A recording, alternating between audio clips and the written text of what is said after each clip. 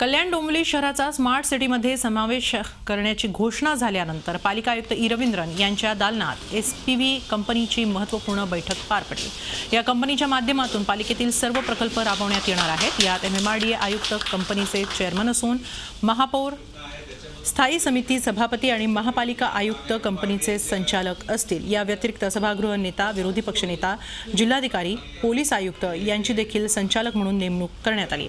Railway विभागाचे वरिष्ठ अधिकारी यांचा विशेष निमंत्रितांमध्ये समावेश असणार आहे। स्मार्ट सिटी अंतर्गत विकास करताना 50% केंद्र, 25% राज्य आणि पालिका 25% निधीमधून विकास करण्यात येणार असल्याची माहिती एमएमआरडीएचे आयुक्त यूपीएस मदान यांनी दिली आहे। जवळपास 2000 कोटीपेक्षा जास्त किंमतीचे 30पेक्षा जास्त प्रोजेक्ट तयार करण्यात आले आहेत। त्याचे डीपीआर बनवण्यासाठी एजन्सी लवकर नेमण्याचा निर्णय झालेला आहे आणि ही सगळी कामे डीपीआर तयार झाली की लगेच सुरू होतील आणि त्याच्यासाठी जे 5 वर्षाचा एकूण आम्हाला जे कालावधी होता त्याच्यापैकी जवळपास 1.5 वर्ष निघून गेलेला आहे।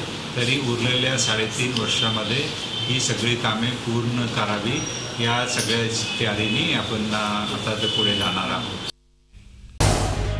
झी 24 तास रहा एक पाऊल पुढे।